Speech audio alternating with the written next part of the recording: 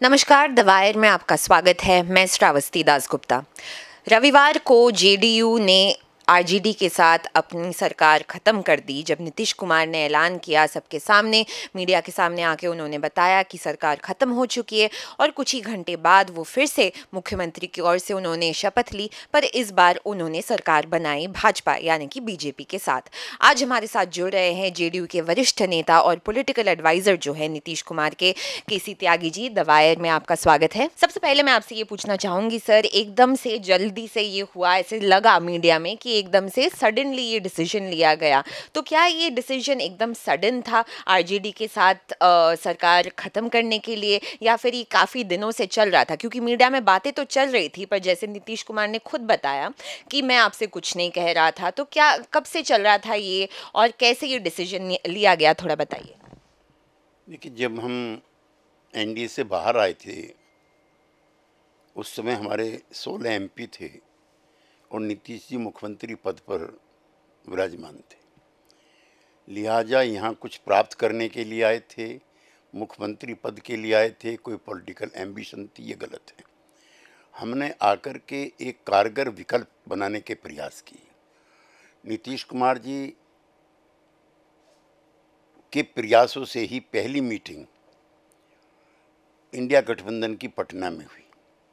ये वो दौर है जब केजरीवाल जी, अखिलेश यादव जी, ममता बनर्जी और के चंद्रशेखर राव कांग्रेस से बहुत दूरी बनाए हुए थे और गैर कांग्रेसी और गैर भाजपाई विकल्प की तलाश में लगे हुए थे।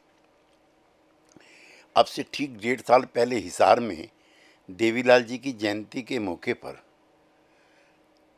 गए हुए थे नीतीश कुमार जी भी, तेजस्वी यादव जी भी और मैं भी साथ था।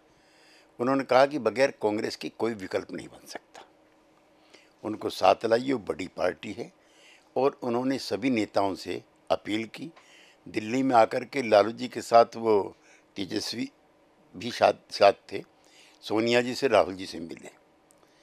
लेकिन हमारा 1.5 साल का अनुभव ये है कि इंडिया गठबंधन के बड़े पदों पर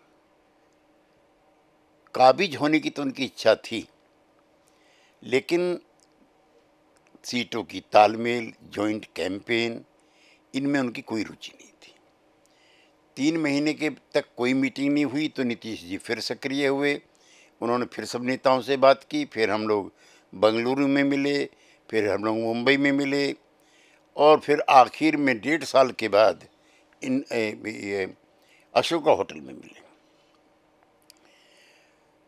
अखिलेश यादव जी, शरद पवार जी और लालू जी भी कई अवसरों पे कहते रहे कि सारा जोड़ने का काम नीतीश कुमार जी ने किया है, लिहाजा उनको इसका गठबंधन का कन्वीनर बनाया जाए। यद्यपि नीतीश कुमार जी कई अवसरों पर घोषणा कर चुके थे कि वो इस पद के दावेदार नहीं। मुंबई में तय हुआ कि प्रधानमंत्री पद के लिए कोई चेहरा नहीं होगा। 272 का मैजिक नंबर हम पार करेंगे, उसके बाद ही हम लोग तय करेंगे। अशोका होटल की मीटिंग से एक दिन पहले ममता बनर्जी दिल्ली आती हैं, केजरीवाल जी के यहाँ उनका चाय है और उसके बाद दोनों नेता घोषणा करते हैं कि कोई भी चेहरा गठबंधन का नहीं होगा। नेक्स्ट डे जब मीटिंग होती है तो मीटिंग के बीचों बीच ममता बनर्जी खड़ी होती हैं और अचानक बगैर किसी से सलाह मशवरा किए बगैर वो खड़गे जी का नाम प्रपोज करती हैं और सरप्राइजिंगली केजरीवाल जी इसका समर्थन करते हैं। यद्यपि बहुत विनम्र भाव से श्री खड़गे जी इसको मना करते हैं, तो कांग्रेस पार्टी के नेतृत्व की किसी और चीज़ में रुचि नहीं है।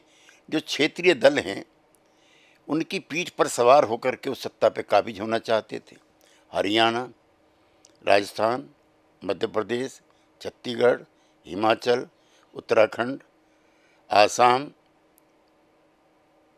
तेलंगाना और कर्नाटक, ये उनके आधार वाले इलाके। उन्होंने तय किया कि वहाँ किसी पार्टी के साथ वो सीट शेयरिंग नहीं करेंगे। यूपी में एक एमपी है उनका, वो चाहते हैं 20 होने चाहिए। बिहार में एक एमपी है उनका, चाहते हैं वहाँ 10 होने चाहिए। तमिलनाडु में 8 एमपी हैं उनके, चाहते हैं 15 सीट होनी चाहिए। ममता बनर्जी की सरकार को बर्खास्त किया जाना चाहिए, अधीर रंजन चौधरी रोज मांग करते हैं और 10 सीट भी चाहते हैं। महाराष्ट्र में 1 एमपी 25 सीट चाहते हैं। तो क्षेत्रीय दलों को ख़त्म करके, उनका समाप्त करके, उनकी पीठ पे सवार होकर के जो ये हम लोगों को दिखाई दिया, सुनाई दिया और हमने देखा भी एग्जिस्टेंस में, नीतीश कुमार जी और अखिलेश यादव जी कई अवसरों पर कह चुके, निवेदन कर चुके, उनसे दरखास्त कर चुके कि जल्दी जल्दी सीटों की तालमेल करो। कांग्रेस को पता ही नहीं है कि बीजेपी कितनी बढ़त ले चुकी है।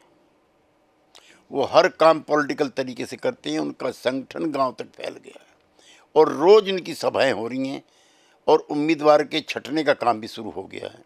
हमारी तरफ से इंटरिंग और मैनिपुलेशन के अलावा कोई काम नहीं हो रहा। एक बिहार में जो हमारी सहयोगी पार्टी है, उसके 2-3 मिनिस्टर इसी काम पे लगे हुए थे कि कैसे पार्टी हिंदू विरोधी बने, राम विरोधी बने, राम को लेकर के खराब खराब टिप्पणियां करने लगे, सनातन धर्म को लेकर के टिप्पणियां करने लगे, प्राण प्रतिष्ठा को लेकर टिप्पणियां करने लगे। तो उससे एडवांटेज बीजेपी ही हो रहा था और डिसएडवांटेज इंडिया ही हो रहा था। किसी को जाना है नहीं जाना उसकी आस्था की बात है, लेकिन भगवान श्री राम की प्राण प्रतिष्ठा को लेकर के नकारात्मक टिप्पणी करने से कोई फ़ायदा नहीं होता है। इन सब चीज़ों से तंग आकर के हमने गठबंधन से नाता तोड़ लिया। सर, आपने पहले ये भी बयान दिया है कि कांग्रेस की तरफ से एक कॉन्स्पिरेसी की जा रही थी, जो अभी आपने बताया कि नीतीश कुमार का नाम कन्वीनर की तरफ से उनको देना चाहिए था, क्योंकि उन्होंने एक तरीके से देखा जाए तो वो चीफ आर्किटेक्ट थे इंडिया अलायंस के। वही घूम घूम के सारे रीजनल पार्टीज के पास वो गए, उन्होंने गठबंधन बनाया। तो क्या ये कॉन्स्पिरेसी आपके ख्याल से कांग्रेस की तरफ से थी या फिर आप बाकी पार्टियों का भी हाथ देख रहे हैं इसमें? इसकी जन्मदाता कांग्रेस है। आज भी राहुल गांधी जी जिस तरह से बिहार में बयान दे रहे हैं, ये उनकी प्रतिष्ठा के अनुकूल नहीं है। वो कह रहे हैं कि नीतीश कुमार जातिगत जनगणना नहीं चाहते थे। वो कहते हैं कि मेरे दबाव में जातिगत जनगणना की गई। कांग्रेस पार्टी की जो रूल्ड स्टेट हैं, क्या एक जगह भी जातिगत जनगणना हुई है? उन्होंने अपने राज्य में क्यों नहीं कराई? दूसरा, कांग्रेस पार्टी तो मंडल कमीशन के भी खिलाफ थी, जिसमें पिछड़ी जातियों के लिए 27% के आरक्षण की व्यवस्था है। उसका विरोध कांग्रेस पार्टी ने किया और वीपी सिंह की सरकार जो मंडल कमीशन की अनुशंसाएं लागू कर रही थी, उस सरकार को गिराने का काम किया। और इनके पिताश्री ने 1.5 घंटे के भाषण में 3 बार पानी पिया और कोसा उन्होंने कि जात के आधार पर आरक्षण नहीं होना चाहिए। अब राहुल गांधी जी जैसा बड़ा नेता किस तरह से अपने मुँह से ये बातें कहता है, माफ़ करना, हमारे बस की तो इस तरह की कलाबाजी नहीं। सर, पिछले दिनों में कांग्रेस की तरफ से काफ़ी बयान भी आ रहे हैं और आपने भी जो बयान किया था, आपने एक इंटरव्यू में कहा, आपको कोट करा गया कि आपने कांग्रेस को अछूत पार्टी बोला। तो उसमें कल जयराम रमेश जो कांग्रेस के एमपी है और मीडिया एंड कम्युनिकेशन के जनरल सेक्रेटरी इंचार्ज है, उनका ट्विटर पे एक बयान आया। उन्होंने कहा कि सामाजिक न्याय की बात करने वाली पार्टी को ऐसे बयान करना बहुत ही दुर्भाग्यपूर्ण है। आप कैसे देखते हैं सर इसको? नहीं, मैंने कहा कांग्रेस पार्टी जो है और सहयोगी पार्टियों के लिए, रीजनल पार्टी के लिए अनटचेबल थी। उससे बात नहीं कर रहे थे। क्या ममता बनर्जी बात कर रही थी? क्या अखिलेश यादव बात कर रहे थे? क्या शिवसेना बात कर रही थी? क्या अरविंद केजरीवाल जी बात कर रहे थे? अछूत का मतलब कोई दलित नहीं है। ये तो हर चीज़ को पॉलिटिसाइज करते। मेरा कहने का था कि उनसे कोई भी बात करने को तैयार नहीं है, उनके साथ अछूतों जैसा व्यवहार हो रहा था। इसमें खड़गे जी से माफ़ी मांगना, सामाजिक न्याय की पार्टी होने के नाते, मैंने अछूत का मतलब ये कहा था कि they were being treated like untouchables. इसमें क्या गलत बयानी है? कोई उनको छूने को तैयार नहीं था, कोई उनसे बात करने को तैयार नहीं था। सर, ये सवाल भी किया जा रहा है कि ये जो इंडिया अलायंस नीतीश कुमार ने एक तरीके से शुरू से उन्होंने गठन करने की कोशिश की बीजेपी के खिलाफ, उनका उद्देश्य यही था कि देश को बचाना है, संविधान को बचाना है। और फिर जब इंडिया अलायंस के साथ चीज़ें ठीक से नहीं चल रही थी, जैसे आप बोल रहे हो कि कांग्रेस के साथ वो सीट शेयरिंग की बातें नहीं कर रहे थे ठीक से, जो भी कठिनाई आ रही थी, तो उस टाइम पे जिस पार्टी के खिलाफ नीतीश कुमार लड़ रहे थे, उन्हीं पार्टी के साथ जुड़ना, इसको कैसे देखा जाए? नहीं, उनके साथ हम पहले भी रहे। हमारा जो समाजवादी आंदोलन का जन्म है वो कांग्रेस के खिलाफ हुआ। हमारे जो पुरखे थे डॉक्टर लोहिया, जयप्रकाश नारायण, आचार्य नरेंद्र देव, वो जवाहरलाल के खिलाफ लड़े, इंदिरा गांधी के खिलाफ लड़े। ये कोई आज का नहीं। हम उन जेलों में रहे, हम जनसंघ के नेताओं के साथ, बीजेपी के नेताओं के साथ आपातकाल में। उसके बाद हम लोगों ने मिलकर सरकार बनाई और बिहार में तो नीतीश कुमार की पहली सरकार, दूसरी सरकार, तीसरी सरकार बीजेपी के साथ ही बनी है। तो कुछ मुद्दों पे हमारी उनसे असहमति है। आर्टिकल 370 पे हम उनसे डिसएग्री करते थे, एनडीए में रहते हुए हमने वॉकआउट किया। राम जन्मभूमि बाबरी मस्जिद के सवाल पे हमारी उनसे असहमति थी कि ये मामला अदालत में छोड़ देना चाहिए, इसके लिए किसी आंदोलन की ज़रूरत नहीं है। जब अदालत ने फैसला कर दिया राम जन्मभूमि के लिए, हमने उसको प्रेम से स्वीकार किया। जहाँ तक आजकल यूसीसी का सवाल है, उस पर भी हमारा डिसएग्रीमेंट है। तो सर, आप ये जो सारे इश्यूज है जिस पे आपका डिसएग्रीमेंट है बीजेपी के साथ, आगे चल के इसको कैसे आप देखेंगे और कैसे इसके साथ काम करेंगे? मामला सुलझ गया। आर्टिकल 370 में हमने अपना प्रोटेस्ट कर दिया। यूनिफॉर्म सिविल कोड पर हम सुझाव देंगे कि इसे जल्दबाजी में मनमाने तरीके से इम्प्लीमेंट मत कीजिए। जितने स्टेक होल्डर्स हैं उनको बुलाइए, रिलीजियस जो माइनॉरिटीज़ हैं उनको बुलाइए, ऑल पॉलिटिकल पार्टीज़ को बुलाइए और राज्यों के मुख्यमंत्री से बातचीत कीजिए। जल्दबाजी में, आपाधापी में ऐसे नाजुक सवाल को हल करने की ज़रूरत नहीं है, ऐसा सुझाव हम देंगे सहयोगी पार्टी को। जी, और एक सवाल उठाया जा रहा है कि जैसे आपने कास्ट सर्वे की बात की और सामाजिक न्याय की अगर हम बात करें, जेडीयू शुरू से सामाजिक न्याय के लिए लड़ता गया है। तो कुछ लोग अभी कह रहे हैं, जो पॉलिटिकल ऑब्जर्वर्स हैं वो कह रहे हैं कि बीजेपी के साथ जुड़ के जेडीयू ने सामाजिक न्याय को पीछे लेके गए हैं, क्योंकि बीजेपी ने कास्ट सर्वे को सपोर्ट नहीं किया। उनका शुरू से कास्ट सर्वे पे पोजीशन कभी क्लियर नहीं रहा है। तो क्या सामाजिक न्याय की लड़ाई को ये एक सेटबैक की तरीके से देखा जाना चाहिए, बीजेपी के साथ वापस जुड़ना? जो लोग कह रहे हैं उनको पता नहीं है कि हम सामाजिक न्याय के आंदोलन से पैदा हुई पार्टी। हमारे नेता थे डॉक्टर लोहिया, जिन्होंने सबसे पहले पिछड़ी जातियों के लिए, जनजातियों के लिए, महिलाओं के लिए आरक्षण के कोटे की बात की थी। 1978 में हमारे नेता थे कर्पूरी ठाकुर, जिन्होंने बिहार की विधानसभा में मुंगेरी लाल कमीशन लागू किया था, जिसमें महिलाओं का भी आरक्षण था और ऊंची जाति के गरीब लोगों का भी।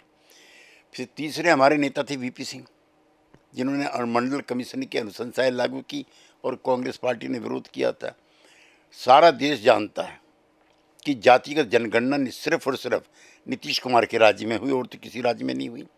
और हम पहले से मानते थे कि जो गरीब जातियाँ हैं उनको आज़ादी के 75वें वर्ष में जानने का अधिकार है कि उनकी आर्थिक, सामाजिक, शैक्षणिक क्या स्थिति है।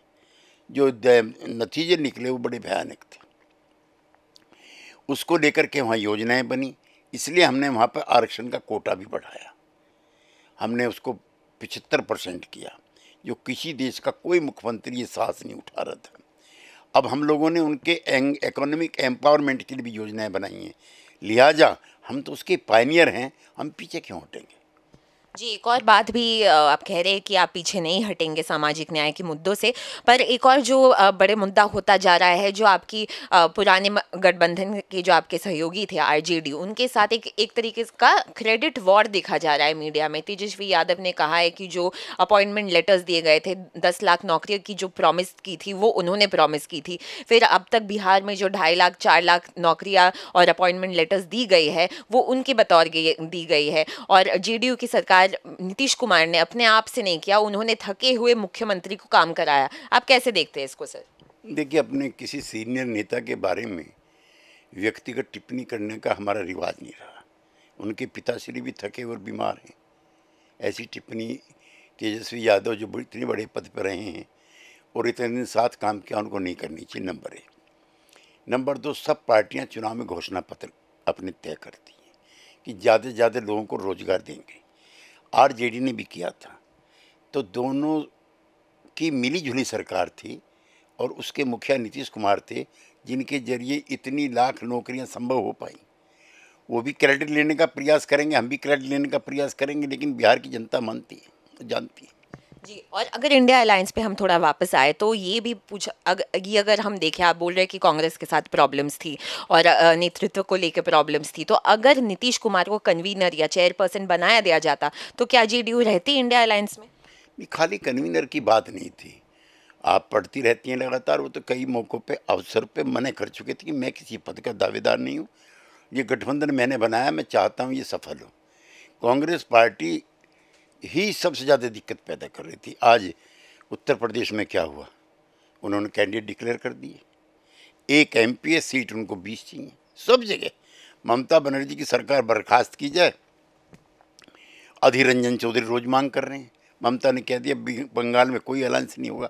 खाली हम नहीं हैं, कोई पार्टी इनके साथ अलायंस नहीं करेगी, आप लिख लीजिए।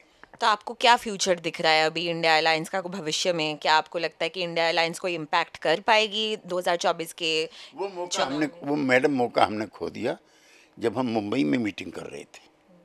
आप याद करो क्या टेम्पो बना था। 400 से ज़्यादा सीटों पर हम 1 अगेंस्ट 1 लड़ाई करने में कामयाब हो जाएंगे और तकड़ी लड़ाई बीजेपी के साथ होगी। लेकिन कांग्रेस की इन्हीं थर्ड रेट की इंट्रिंग्स और मैनिपुलेशन का नतीजा है कि हम ही नहीं, एसपी भी अविश्वास में भरी हुई है, ममता भी अविश्वास में भरी हुई है, आरजेडी के साथ भी कुछ सीटों की तालमेल इतना आसान नहीं।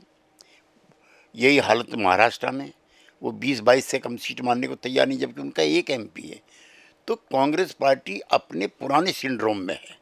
ये टाइम था कि कांग्रेस पार्टी अपने आप को सर्वाइव कराए, वो सर्वाइवर के बजाय रिवाइवल की लड़ाई में लग गए। और आखिर में सर आपको पूछना चाहूँगी, अभी बीजेपी के साथ अभी जेडीयू जुड़ गई है, तो क्या ये अलायंस सिर्फ 2024 के लिए है? 2025 में हम कुछ और देखेंगे सर? नहीं, हमारा देखिए, हमारा लंबा अनुभव बीजेपी के साथ काम करने का है। वैचारिक तौर पर हमारे 1-2 सवालों पे उनसे मतभेद रहे हैं, जिसका मैंने जिक्र किया। काम करने में हमें कभी असुविधा नहीं हुई। हमारे नंबर कम थे तो भी उन्होंने हमारा मुख्यमंत्री बनाया, इतिहास गवाह है। और 2014 में हमारे 2 एमपी थे, उन्होंने 17 सीटों पर हमारे उम्मीदवार लड़वाने का फैसला किया, जिसमें 16 सीटें हम जीते। तो वो व्यवहारिकता कांग्रेस के साथ नहीं थी। कांग्रेस के साथ हम उतने चाहे आइडियोलॉजिकली डिफर ना करते हों, लेकिन वो व्यवहार में उनके साथ काम करना किसी भी क्षेत्रीय दल के लिए, एक तो मैडम ये मानिए, हम लोग जो पैदा हुए हैं ना क्षेत्रीय दल, वो कांग्रेस पार्टी की कोस्ट पे हुए, उनको हरा के हुए, चाहे समाजवादी हो, चाहे लोक दल हो, सपा हो, बसपा हो, आरजेडी हो, जेडीयू हो, ममता हो, डीएमके हो, शरद पवार हो, हम तो कांग्रेस से लड़ कर के ताकत में आए। तो वो ख़त्म करना चाहते हैं हम लोगों को, ये एक बड़ा कारण था।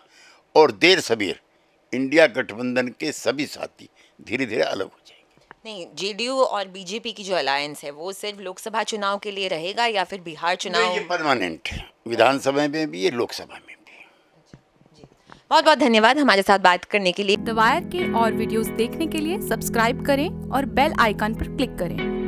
स्वतंत्र पत्रकारिता की आर्थिक मदद करने के लिए डिस्क्रिप्शन में दिए गए लिंक पर जाएं और अपनी राशि चुनें।